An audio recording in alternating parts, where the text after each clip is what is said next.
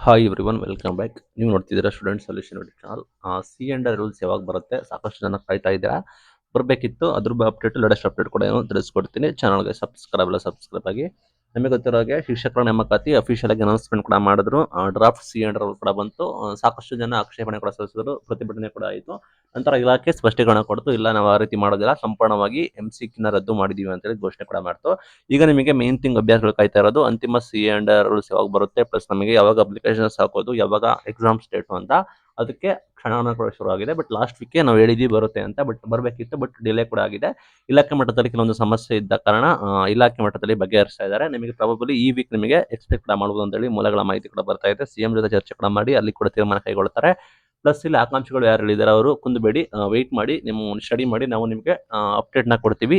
ಬಂದ ನಂತರ ನಿಮಗೆ ಕ್ಲಾರಿಟಿ ಕೂಡ ಸಿಗುತ್ತೆ.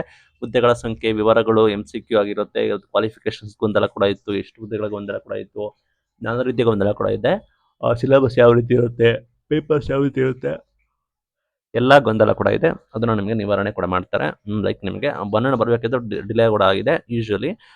ಈಗ ಯಾರೆಲ್ಲ ಆಕಾಂಕ್ಷಿಗಳು ಕೂಡ ಇದ್ದಾರೆ ಅವ್ರು ದಯವಿಟ್ಟು ವೆಯ್ಟ್ ಮಾಡಿ, ನಮ್ಮ ಚಾನಲ್ನ ಸಬ್ಸ್ಕ್ರೈಬ್ ಆಗಿರಿ. ನಾವು ನಿಮಗೆ ಅಪ್ಡೇಟ್ನ ಕೊಡ್ತೀವಿ ರೆಗ್ಯುಲರ್ ಆಗಿ. Thank you.